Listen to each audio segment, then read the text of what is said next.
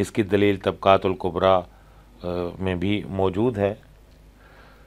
تو امام جریر اور طبری جو ہیں وہ پہلے یہ بھی امام سیوطی نے ان کے بارے میں فرمایا کہ وہ پہلے شافعی المسلک تھے، پھر ایک الگ فقہی مسلک کی بنیاد رکھی، بہت سے لوگ آپ کے اتباع اور مقلدین میں شامل تھے، تو آپ نے بے شمار کتب بھی آپ نے تصانیف فرمائی ہیں۔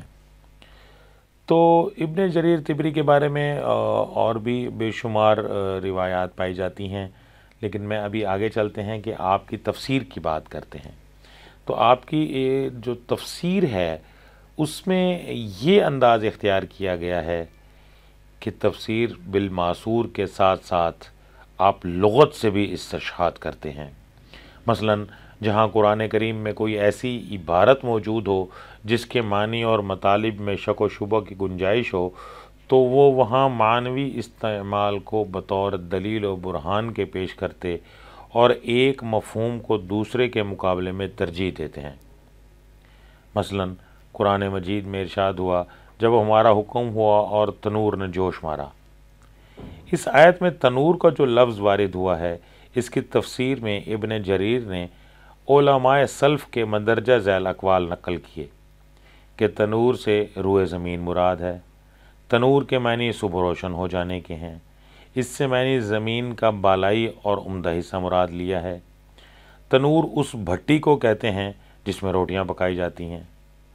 تو اس پر تبصرہ کرتے ہوئے انہوں نے کہا کہ اس ضمن میں صحیح تر قول یہ ہے کہ اس سے روٹیاں پکانے والا تنور مراد ہے۔ اس کی وجہ یہ ہے کہ کلام عرب میں یہی معنی معروف ہیں۔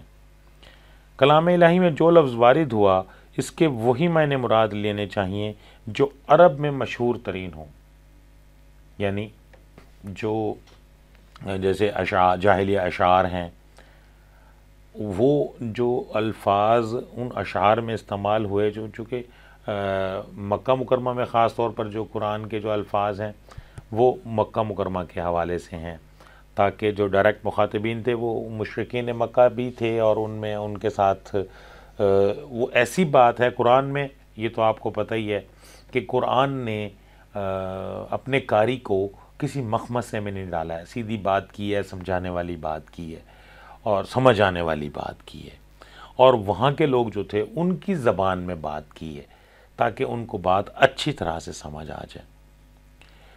تو اسی طرح جو جاہلیہ اشعار ہیں ان سے بھی آپ نے استدلال کیا ہے۔ نحوی مسائل کا تذکرہ، یعنی ابن جریر نے جو صرفی اور نحوی مسائل ہیں تو ان کے متعلق کوفی اور بصری نحویوں کے بے شمار اقوال آپ نے ذکر کیے ہیں، غرض یہ کہ حسب موقع و مقام ابن جریر لغت عرب اور جاہلی اشعار سے استشہاد کرتے ہیں، اور جہاں ضرورت کا تقاضا ہوتا ہے وہاں صرفی اور نحوی مسائل کی تفصیلات بھی آپ بیان کرتے ہیں۔ ابن جریر اپنی تفسیر میں علماء اور فقہا کے مذاہب و مسالک کا تذکرہ بھی کرتے ہیں، پھر خلاصہ کے طور پر اپنی رائے بھی ذکر کرتے ہیں اور اس کی تائید و حمایت میں علمی دلائل بھی آپ دیتے ہیں۔ علامہ ابن جریر نے اکثر آیات کی تفسیر کرتے ہوئے علم الکلام کے بعض پہلوؤں پر بھی روشنی ڈالی ہے۔ اس سے معلوم ہوتا ہے کہ وہ اس فن میں بھی مہارت رکھتے تھے۔ وہ جب کسی آیت اور اصول عقائد میں تطبیق دیتے، بعض کلامی نظریات کی تردید کرتے، تو اس سے ان کا کمال فن ظاہر ہوتا ہے۔ تو یہ بھی ماشاءاللہ ان کی ایک خوبی تھی کہ وہ علم الکلام کے بھی ماہر تھے اور بڑے بلند پایا علمی شخصیت تھیں علامہ ابن جریر۔ خلاصہ کلام بھی یہی ہے کہ وہ اپنے پیشرو مفسرین کے جو اقوال اپنی کتاب میں جمع کیے ہیں، حضرت ابن عباس، حضرت عبداللہ ابن مسعود رضی اللہ تعالیٰ عنہ، حضرت علی ابن ابی طالب رضی اللہ تعالیٰ عنہ، حضرت ابی بن کعب رضی اللہ تعالیٰ عنہ، ان کے مکتبہ فکر سے جو کچھ نقل کر کے ہم تک پہنچا، اسی کی بنا پر یہ کتاب تفسیر بالمعصور پر مشتمل کتب میں عظیم ترین شمار ہوتی ہے۔ مزید برآں تفسیر ابن جریر میں جو نحوی و صرفی اور لغوی مباحث مذکور ہیں اور استنباط و مسائل اور بعض اقوال کو بعض پر ترجیح دینے کے سلسلے میں جو تفصیلات لکھی گئی ہیں، انہوں نے اس کتاب کو تفسیر میں ایک انقلابی تبدیلی کا مرکز و محور بنا دیا ہے۔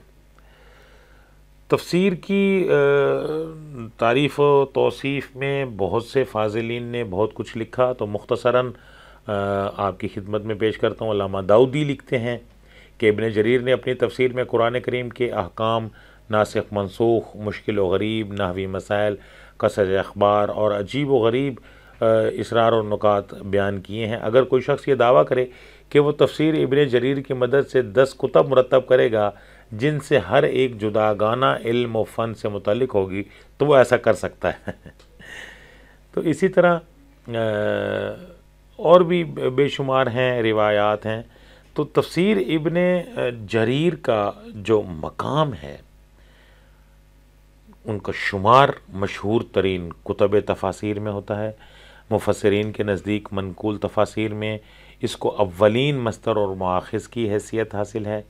اس کے ساتھ ساتھ عقلی تفاسیر میں بھی تفسیر ابن جریر کو خصوصی اہمیت دی جاتی ہے، اور اس کی وجہ ابن جریر کا استنباط اور اقوال کی توجیہ و ترجیح پر مشتمل ہونا ہے۔ یہ ایسی خصوصیات ہیں جن کا تعلق عقل و حریت، فکر و نظر کے ساتھ ہے۔ تو یہ پہلے تو 30 جلدوں پر مشتمل تھی، تھوڑا عرصہ پہلے یہ تفسیر بالکل نادر الوجود ہو گئی تھی، تو ایک چنانچہ پھر کچھ لوگوں کو یہ سن کر بڑی خوشی ہوئی کہ تفسیر ابن جریر کا ایک کامل مخطوطہ موجود ہے، اور تھوڑی مدت میں وہ انسائکلوپیڈیا کے طور پہ ہمارے سامنے آیا۔ تو علماء اسلام نے اس پر سرسری نگاہ ڈالنے سے یہ بات ہمارے سامنے آئی ہے کہ مشرق و مغرب کے علماء اس کی وقت اور اہمیت پر متفق ہیں۔ نیز یہ تفسیر قرآن کا ایک ایسا عظیم ماخذ ہے جس سے کوئی مفسر بے نیاز نہیں ہو سکتا۔ تو یہ تو ابن جریر کا جو مقام تھا وہ میں نے آپ کی خدمت میں پیش کیا۔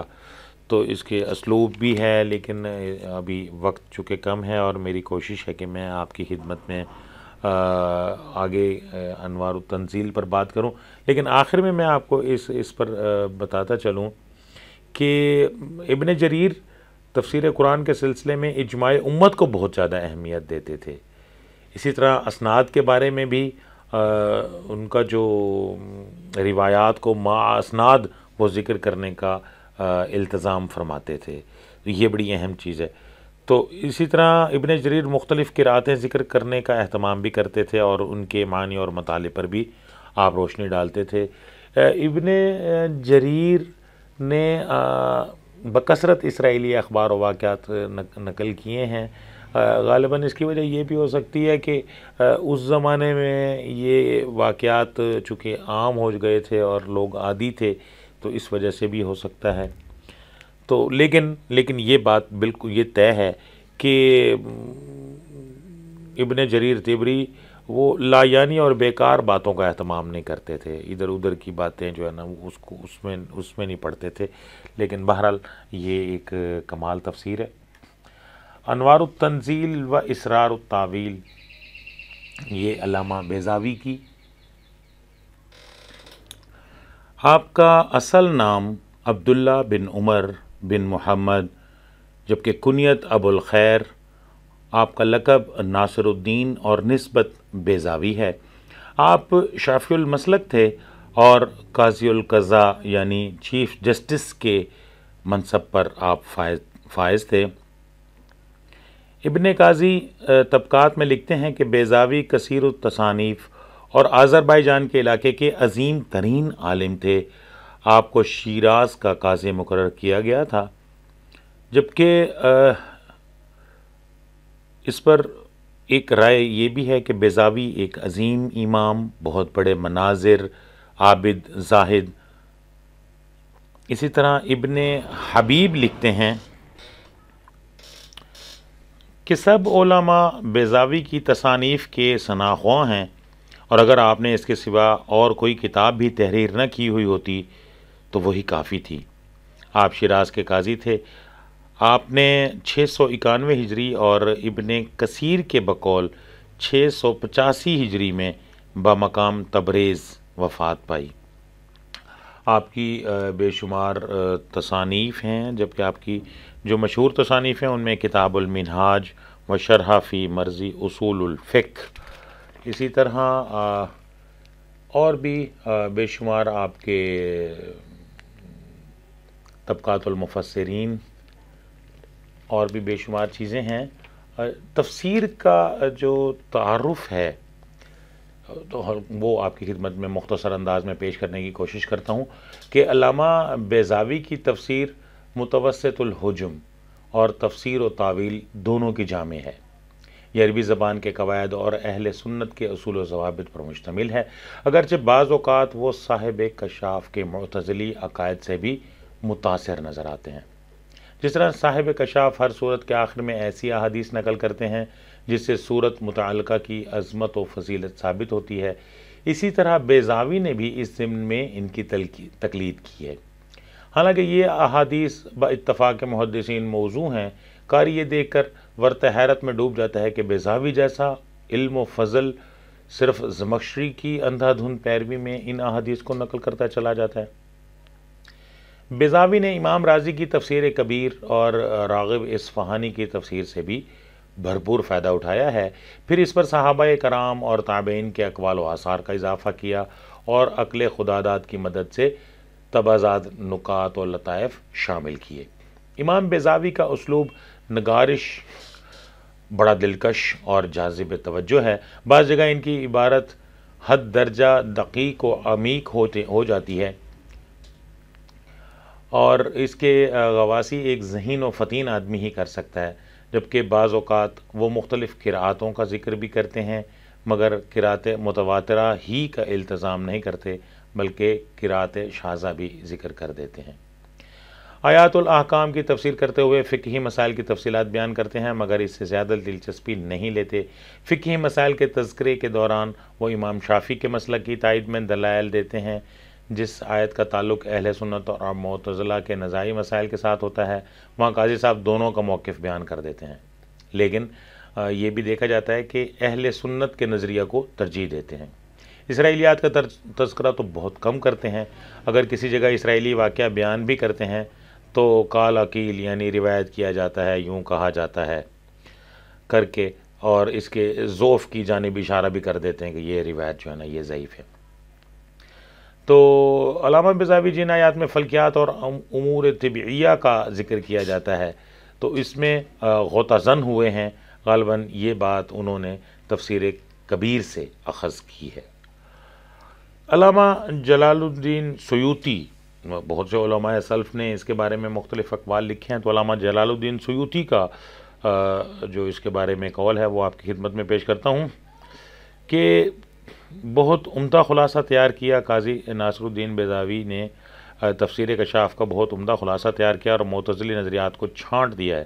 اب یہ تفسیر آب زر کی طرح تابندہ و درخشندہ اور آفتاب نصف النہار کی طرح معروف و مشہور ہے۔ لوگوں نے اس کی طرف توجہ کی ہے اور ثناءخواں اس کی مدح و توصیف میں مصروف ہیں۔ تو یہ اس کے بارے میں میں نے آپ کی خدمت میں جو انوار التنزیل و اسرار التاویل اس کے بارے میں جو چیزیں ہیں، خلاصہ کلام یہ ہے کہ تفسیر بیضاوی کو امہات کتب تفسیر میں شمار کیا جاتا ہے، اور جو شخص قرآن کریم کے مطالب معنی اور اس کے اسرار و رموز سے آگاہ ہونا چاہتا ہے وہ اس سے بے نیاز نہیں ہو سکتا۔ یہ تفسیر معروف ہے اور ہر جگہ دستیاب ہے۔ ایک اور تفسیر آپ کی خدمت میں مختصر سا تعارف پیش کرتا ہوں، چونکہ وقت تو ہو گیا ہے لیکن پھر بھی میں ایک کوشش کر رہا ہوں کہ آپ کو کچھ جو اہم تفاسیر ہیں ان کا مختصر سا تعارف پیش کروں۔ تو مفاتیح الغیب امام رازی رحمۃ اللہ علیہ، تو آپ کا جو اسم گرامی ہے وہ ہے محمد بن عمر بن حسین، کنیت ہے آپ کی ابو عبداللہ، نسبت رازی اور لقب فخر الدین۔ آپ ابن الخطیب شافعی کے نام سے معروف تھے۔ 544 ہجری میں آپ پیدا ہوئے۔ آپ عالم متکلم زمان اور جامع العلوم تھے۔ آپ علم تفسیر، علم کلام، علوم عقلیہ، علم لغت اور امامت کے درجے پر آپ فائز تھے۔ طلباء علماء دور دراز سے آپ کی خدمت میں حاضر ہوتے اور آپ سے استفادہ حاصل کرتے۔ امام راضی نے اپنے والد محترم ضیاء الدین سے کسب فیض حاصل کیا جو کہ خطیب تھے۔ اس کے بعد آپ نے اور بھی بے شمار علماء ہیں جن سے آپ نے استفادہ کیا، اور علمی شہرت کے علاوہ آپ بہترین واعظ بھی تھے۔ آپ عربی فارسی کے لاسانی خطیب تھے، اور ایک جب آپ خطاب کرنے بیٹھتے تو ایک ایسی وجد کی کیفیت طاری ہو جاتی کہ آپ اکثر رونے لگتے۔ تو آپ کی بے شمار اہم تفاسیر ہیں۔ مفاتیح الغیب جو تفسیر کبیر کے نام سے معروف ہے، اس میں تفسیر سورہ فاتحہ، المطالب العالیہ علم کلام میں، کتاب البیان والبرہان، اسی طرح شرح عیون الحکمہ، اسی طرح شرح المفصل، اسی اور بھی بے شمار آپ کی تفاسیر ہیں۔ امام راضی نے 606 ہجری میں وفات پائی۔ سبب وفات یہ بیان کیا جاتا ہے کہ فرقہ کرامیہ اور آپ کے درمیان عرصہ سے نزاع و جدال برپا تھا۔ آپ ان کو برا بھلا کہتے تھے اور تکفیر کرتے تھے، اور وہ آپ کی توہین کرتے تھے۔ چنانچہ انہوں نے آپ کو زہر دے دیا، تو اس طرح آپ کی وفات ہوئی۔ آپ کی جو تفسیر ہے اس میں پہلے 8 ضخیم جلدوں میں تھی۔ حال ہی میں یہ کتاب اب دوبارہ مصر سے 32 جلدوں میں شائع ہوئی ہے۔ اور تفسیر کو کس نے مکمل کیا، اس ضمن میں علماء کے مختلف اقوال ہیں۔ کچھ کے نزدیک مختلف علماء کا نام اس میں آتا ہے۔ تو بہرحال اس کے جو امتیازات ہیں کہ ربط قرآن مجید کی آیات اور صورتوں میں ربط، تفسیر کبیر کے مطالعہ سے یہ پتہ چلتا ہے کہ امام راضی اس بات کا خصوصی اہتمام فرماتے تھے کہ آیات میں باہم کیا ربط و تعلق پایا جاتا ہے، نیز یہ کہ ایک صورت کے نقطہ اختتام کی دوسری صورت کے آغاز کے ساتھ کیا مناسبت ہے۔ بعض اوقات وہ اس پر بھی اکتفا نہیں کرتے تھے بلکہ متعدد مناسبات ذکر کرتے ہیں۔ آپ ریاضی اور فلسفہ، علوم طبیعیہ، علوم جدیدہ اس کا اکثر ذکر کرتے ہیں، اور وہ فلاسفہ کے اقوال بھی بیان کر کے ان پر کڑی تنقید کرتے ہیں۔ امام راضی کٹر سنی ہیں، اہل سنت والجماعت کے افکار و عقائد رکھتے ہیں۔ وہ اکثر معتزلہ کے اقوال ذکر کر کے ان پر شدید نقد و جرح کرتے ہیں۔ اسی طرح آپ علوم الفقہ اور اصول نحو و بلاغت کے بھی ماہر ہیں۔ تو اس کے ساتھ ساتھ خلاصہ یہ کہ امام راضی کی تفسیر علم الکلام اور علوم کونیہ و طبیعیہ کی انسائکلوپیڈیا معلوم ہوتی ہے۔ کتاب کا یہ پہلو اس قدر نمایاں ہے کہ اس نے اس کی تفسیری اہمیت کو بڑی حد تک کم کر دیا ہے۔ حاجی خلیفہ اس کے بارے میں لکھتے ہیں کہ امام راضی نے اپنی تفسیر کو حکماء و فلاسفہ کے اقوال کا پلندہ بنا دیا ہے۔ وہ تفسیر سے اس قدر دور نکل گئے ہیں کہ قاری اس کو دیکھ کر ورطہ حیرت میں ڈوب جاتا ہے۔ تو اسی طرح ایک اور بھی تفاسیر ہیں، معالم التنزیل ہے ابو محمد حسین بن مسعود، اور اسی طرح اور بھی بے شمار تفاسیر ہیں جن کا آپ کی خدمت میں دل تو کرتا ہے کہ تعارف پیش کروں۔ تفسیر جلالین بڑی مشہور تفسیر ہے، علامہ جلال الدین المحلی اور علامہ جلال الدین السیوطی، آپ ان دونوں نے اس کو مرتب کیا۔ تو انشاءاللہ پھر کوئی موقع ملے گا تو الدر المنصور فی التفسیر، اسی طرح اور بھی بے شمار تفاسیر ہیں، لیکن ابھی وقت ختم ہوا چاہتا ہے۔ انشاءاللہ اگلے لیکچر میں آپ کی خدمت میں کچھ اور نئی تفاسیر کا تعارف پیش کروں گا۔ اس وقت تک کے لیے افتخار علی گیلانی کو اجازت دیجیے۔ اللہ حافظ۔